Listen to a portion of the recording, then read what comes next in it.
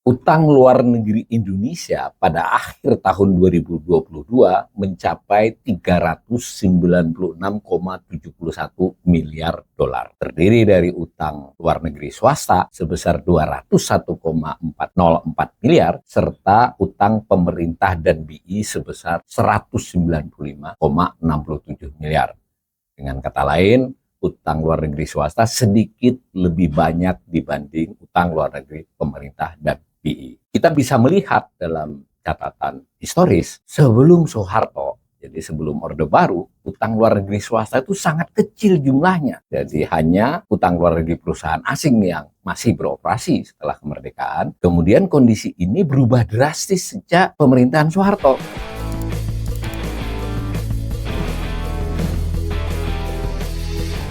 Arus utang luar negeri swasta di Indonesia, termasuk bagi perusahaan asing, meningkat dengan kecepatan yang setara dengan arus utang luar negeri pemerintah. Dan kemudian di era akhir Soeharto, utang luar negeri swasta melaju lebih cepat dan posisinya melampaui. Mencapai 14,3 miliar dolar pada akhir 1980, lalu melonjak menjadi 83,56 miliar dolar pada akhir 1998. Kita dapat melihat perkembangan itu dalam grafik berikut, bagaimana perkembangan utang luar negeri swasta dan utang luar negeri pemerintah, yang dalam grafik ini saya satukan dengan Bank Indonesia, karena di data yang lama itu tidak dibedakan, di data terkini memang dibedakan. Nah, mari kita lihat, ini yang biru merupakan utang luar negeri. Saya ingatkan ya, ini hanya utang luar negeri, jadi bukan seluruh utang pemerintah. Utang pemerintah yang utang luar negeri. Utang luar negeri itu apa? Utang luar negeri adalah utang kepada non-resident, kepada non-penduduk. Jadi tidak terkait dengan denominasinya. Ya bisa dolar, bisa yen, bisa rupiah jika berutangnya kepada pihak asing. Nah, mari kita lihat. Yang biru menunjukkan pemerintah. Nah, ini sebelum ini tidak ada di grafik. Itu utang swasta sudah lebih tinggi dari pemerintah, sebelumnya lagi utang pemerintah. Nah, di sini pas krisis itu utang swasta yang besar. Memang kemudian menurun swasta, pemerintah menaik. Mengapa? Salah satunya adalah sebagian dari utang swasta itu diambil alih oleh pemerintah. Nah, antara lain itu yang merupakan hasil dari perjanjian dengan IMF. Ini misal saja. Di samping memang swasta-swasta tersebut melunasi dan tidak berutang lagi. Nah, apa yang ingin saya sampaikan? Yang hitam ini menunjukkan perkembangan utang luar negerinya, memang terjadi penurunan nih. Ada berita baik dari 2021-2022 itu menurun. Nah, tetapi perhatikan bahwa utang swasta itu sudah selalu menyamai atau sedikit melebihi. Berarti kan gejala seperti krisis sebelum 97 itu bisa berulang. Jadi risiko utang luar negeri yang hanya menyoroti utang luar negeri pemerintah itu keliru. Dan risikonya justru tidak di situ. Kemudian kita lihat juga, tapi bagaimanapun kita tetap melihat juga utang luar negeri pemerintah. Utang luar negeri pemerintah pada dasarnya terdiri dari dua. Yang satu berbentuk pinjaman atau loan, itu artinya utang pemerintah, utang luar negeri ya, kepada para pihak secara langsung. Apakah itu negara, apakah itu bank asing, atau kepada konsorsium atau lembaga internasional. Prinsipnya dia berupa utang dengan perjanjian, dengan surat perjanjian, dengan term, dengan syarat-syarat yang sudah ditentukan di surat tersebut. Itu disebut pinjaman atau loan. Belakangan pemerintah sejak reformasi sebenarnya sudah dimulai, tapi di era Jokowi ini luar biasa perkembangannya. Pemerintah memilih berutang luar negeri dalam bentuk surat utang. Kita biasa mengenalnya surat berharga negara. Sebenarnya itu surat utang, obligasi. Bedanya surat utang dengan loan, surat utang itu berutang kepada surat. Siapapun pemilik surat tersebut, sebagian besarnya bisa berpindah tangan. Ini mengisyaratkan beberapa hal. Jika bentuk utang itu adalah loan, pinjaman, negotiable, bisa dinegosiasi. Syaratnya umpama pemerintah kesulitan, bisa berunding, minta direstrukturisasi, minta syarat-syaratnya diperlunak, bisa. Tetapi kalau dia berupa obligasi, surat berharga, kesempatan itu sangat kecil karena sudah tercantum dan pemiliknya pun bisa berubah dalam waktu singkat. Jadi grafik ini buat saya bisa dibaca bahwa risiko utang luar negeri pemerintah meningkat karena bentuknya berupa obligasi.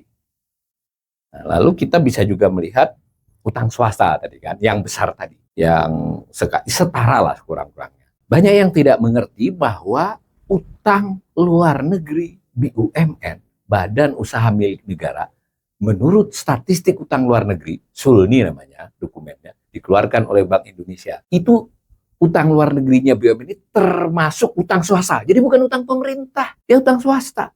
Nah, mari kita lihat utang luar negeri BUMN yang biru ini. Nah, sekarang memang sedikit membaik ya di tahun ini sampai Oktober saya tulis.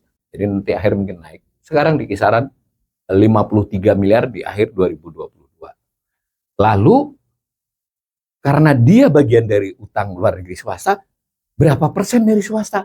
Bisa dibayangkan nih, bahwa dahulu utang luar negeri swasta itu ya swasta. Tapi belakangan, terutama sejak pemerintahan Jokowi, porsi utang luar negeri BUMN terhadap total utang swasta itu meningkat. Bahkan sempat mencapai 29,24%. Dan kemungkinan di akhir tahun nanti memang membaik menjadi 25%. Jadi jika kita berbicara risiko utang luar negeri swasta, itu sebenarnya di dalamnya yang perlu diperhatikan adalah utang luar negeri BUMN. Nah, di antara BUMN tersebut kan ada macam-macam. Oleh menurut catatan SULNI dia dibagi menjadi bank, lembaga keuangan non-bank, dan lembaga bukan ke lembaga keuangan. Jadi BUMN bukan lembaga keuangan, begitu ya. Ya untuk diimajinasikan oleh para pemirsa, kita bisa bicara PLN, kita bisa bicara BUMN karya. Nah, itu termasuk BUMN non-keuangan.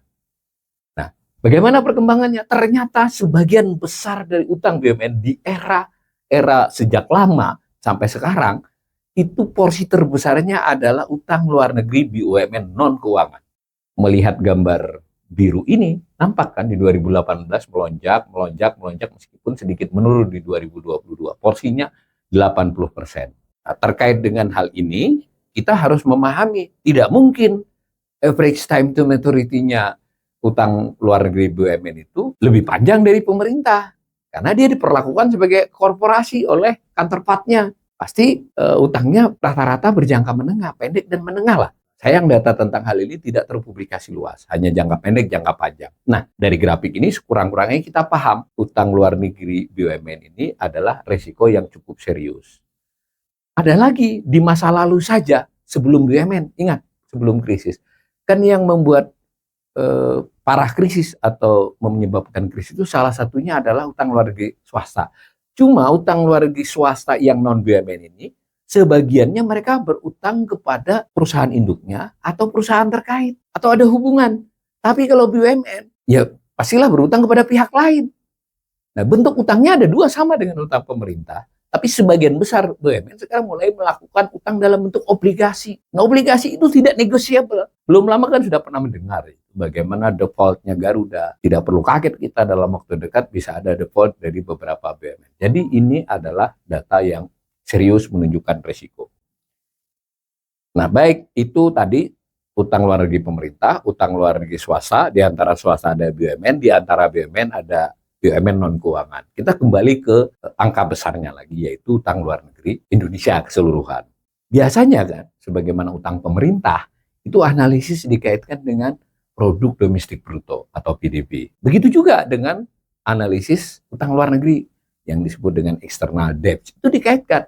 Hanya saja dalam tradisi publikasi-publikasi lembaga internasional dan assessment, itu tidak dengan PDB, tetapi dengan GNI. Gross National Income. Apa bedanya?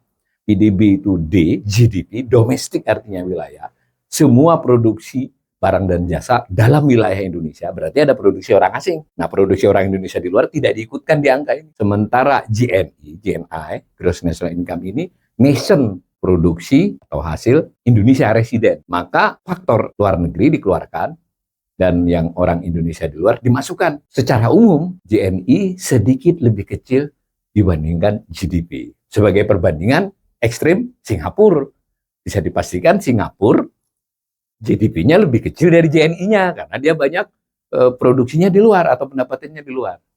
Nah, kenapa saya bicara begitu? Maka kalau yang dipakai sebagai penyebut adalah GDP dengan GNI, itu pastilah GNI lebih tinggi sedikit. Itu ya, karena yang menjadi pembandingnya apa dulu. Nah, salah satu yang suka dibandingkan adalah debt stocks, posisi utang. Nah, posisi utang dibandingkan dengan total JNI dalam 1 tahun. Nah, memang ada berita baik bahwa kita dalam 2 tahun terakhir mengalami penurunan dari 35,6 menjadi 30,1. Kita sempat 40. Ini bisa kita tarik di masa-masa yang lampau. Tapi bagaimanapun di era pemerintahan Jokowi tampak bahwa terjadi peningkatan rasio posisi utang terhadap JNI. Nah, ada yang berpendapat bahwa tidak apa-apa sampai 50% misalnya. Saya tidak tahu argumen itu dari mana. Karena Indonesia sendiri hanya mengalami angka seperti itu ketika krisis. Rata-rata ya ini kan bisa angka ini. Kalau ditarik ke sana juga di kisaran 25, 30. Kecuali pada waktu krisis ekonomi. Lalu ada yang lebih penting, kita bisa membandingkan dengan negara lain. Jadi bisa dengan best practices, dengan teori, bisa juga dengan umumnya berapa rasio ini. Bukankah pemerintah kadang dalam konteks yang berbeda, utang pemerintah suka bandingkan dengan negara lain. Supaya adil, saya bisa saja memilih negara yang lebih buruk atau lebih baik. Nah, mari kita buat ukuran yang lebih adil, yaitu ukuran rata-rata. Rata-rata seluruh negara berpendapatan bawah dan menengah, include termasuk Indonesia di dalamnya. Kan fair untuk menjadi perbandingan. Apa yang terjadi? Angka yang sudah bagus 30,9 ini bagus dibandingkan tahun-tahun sebelumnya. Itu sebenarnya masih buruk. Karena kita di atas rata-rata seluruh negara berpendapatan bawah dan menengah. Dan kalau kita lihat dari tahun-tahun sebelumnya tampak. Saya buat angka selisih ini. Jadi kita berisiko lebih tinggi dibandingkan kebanyakan negara-negara emerging market. Begitulah gampangnya. Dan lihat saja, angka internasional nyaris tidak melampaui 25 kecuali tahun-tahun COVID. Karena itu sebetulnya yang umum diakui itu batas rasio ULNA terjadi itu 25%. Sekalipun ada fleksibilitas di banyak ulasan bisa sampai 30% direkomendasikan. Jadi kita tidak pernah tahu asal-usul batas itu 50% dari JNI. Kemudian kita bisa juga melihat risiko lain. Jadi utang luar negeri atas ekspor. Mengapa? Karena kalau utang pemerintah itu bayarnya pakai pendapatan negara. Nah, kalau utang luar negeri bayarnya pakai devisa, kira-kira begitu sederhananya. Nah, maka dari situ ada beberapa rasio untuk mengukur perkembangan. Salah satunya total utang luar negeri dari posisi utang dibandingkan dengan ekspor. Nah, ini angka Bank Indonesia. Dari berbagai edisi memang ada berita gembira terjadi penurunan rasio. Jadi dari hampir 200%, jadi total utang itu 2 kali lipat dari ekspor, total ekspor. Sekarang sudah membaik. Mengapa? Salah satu sebabnya tadi utang luar negeri sedikit menurun di grafik kita sebelumnya dan nilai ekspor sedang membaik, terutama karena batu bara, karena nikel, karena minyak sawit. Oke lah, apapun kita nikmati bahwa terjadi perbaikan. Tapi kalau untuk mengukur risikonya, ini kan kita lihat peningkatan dan apakah ini akan sustain di ke depan. Nah, kita bisa menganalisis ekspor. Saya merasa ini tetap rawan. Dan lebih rawan lagi ketika kita melihat tadi sama dengan ukuran pertama. Bagaimana dengan negara lain? Mari kita bandingkan. Seluruh negara berpendapatan bawah dan menengah. Dicerminkan oleh grafik biru. Jadi yang turun nggak hanya Indonesia. Negara-negara lain juga rasionya turun. Meskipun kita turunnya lebih signifikan. Apapun, pada saat kita 123 agak sedikit perbedaan dengan data Bank Indonesia. Mengapa? Karena International Debt Statistic bagian dari World Bank ini menghitungnya angka current account, transaksi berjalan. Sementara Bank Indonesia hanya memakai ekspor. Jadi otomatis angkanya di sini lebih baik kan. Nah, tetapi mari bandingkan dengan negara lain. Coba. Secara rata-rata 89% kita lebih tinggi. Dan sebelumnya pun begitu. Dengan kata lain, kita cenderung kondisi utang luar negerinya lebih buruk dari kebanyakan negara berkembang. Tadi kita bicara posisi utang, ini kita bicara beban. Beban utang luar negeri itu adalah bayar pokok utangnya dan bayar bunganya. Itu namanya debt services kan. Dibandingkan dengan apa? Ya karena membayarnya pakai ekspor, ya dibandingkan dengan ekspor. Kan kita bayar pakai ekspor. Nah, ekspor di sini kalau ini datanya World Bank, datanya debt statistik, mohon maaf ini 2023, belum saya rubah, itu current account, transaksi berjalan, ekspor barang dan jasa secara umum. Maka angkanya adalah 22%. Jadi total beban utang dibandingkan dengan pendapatan kita, pendapatan dalam konteks ini ekspor. Negara kan, bukan pemerintah loh, negara. 22%. Membaik jauh dibandingkan 21 yang 29 dibandingkan tahun 2020 yang 30% dan kita pernah 39%. Dan memang harus kita akui dalam konteks ini era pemerintahan Jokowi ya memang luar biasa peningkatannya. Untuk ukuran di tahun 2009 kita 20%. Nah, bagaimana dengan negara lain yang biru? Malah tidak ada yang mencapai 20% kan, 17%. Ini bisa juga menjadi acuan best practice. Secara rata-rata rasio yang direkomendasikan itu di bawah 20% terkait dengan debt service. Indonesia masih di atas 20. Jadi rawan. Nah, ini ada kaitannya dengan yang pertama tadi. Jika stok ditambah, stok itu posisi utang, mencapai sekian puluh persen, otomatis bebannya juga bertambah. Maka sudah bisa dipastikan ini akan meningkat. Nah, dalam hal ini kita harus berpikir serius tentang bagaimana mengelola utang luar negeri. Karena risikonya akan berdampak kemana-mana. Jadi umpama hanya BUMN yang default, gagal bayar, itu bisa mempengaruhi kredibilitas Indonesia sebagai negara. Kalau banyak yang default, nilainya cukup besar, dia akan mempengaruhi nilai tukar. Nilai tukar yang melemah akibat kita default itu mempengaruhi banyak hal. Jadi pengelolaan utang luar negeri ini haruslah dengan cara yang sungguh-sungguh dan hati-hati. Masalahnya adalah tidak seluruhnya utang pemerintah, tapi utang swasta. Sehingga kontrolnya tidak semuanya bisa secara langsung, tetapi bisa lewat regulasi, lewat aturan macam-macam. Nah, tetapi kan tadi sudah kita perlihatkan, salah satu yang bisa langsung diatur itu BUMN. Saya merasa BUMN terlalu leluasa mencari utang luar negeri. Maka ke depan, salah satu mengendalikan utang luar negeri adalah dengan mengendalikan utang luar negeri BUMN. Dan kebutuhan utang BUMN itu antara lain dipicu oleh penugasan-penugasan yang tidak atas feasibility study yang bagus. Mau bangun ini, bangun itu, nggak ada duit ngutang. Yang suruh ngutang, karena utang pemerintah sudah banyak, BUMN yang disuruh ngutang. BUMN mengutang, antara lain kepada luar negeri. Maka ini kembali terkait. Jadi terlepas BUMN itu adalah kekayaan negara yang dipisahkan dan diperlakukan sebagai swasta. Tapi negara, pemerintah dalam hal ini harus memanage, harus mengelola, dan harus mengawasinya dengan baik. Dan kita seluruh rakyat Indonesia berhak tahu angka-angka ini dari waktu ke waktu dan harus menjadi diskusi publik. Sudah saatnya bangsa Indonesia ini yang terpelajar mendiskusikan hal-hal yang fundamental bagi nasib kita sekarang dan bagi nasib bagi anak cucu kita di masa mendatang. Perubahan menjadi keniscayaan dalam hal ini, dalam pengelolaan utang, dalam pengelolaan ekonomi, dalam pengelolaan fiskal. Dan insya Allah dengan demikian kita bisa menyongsong kemakmuran bersama di masa mendatang.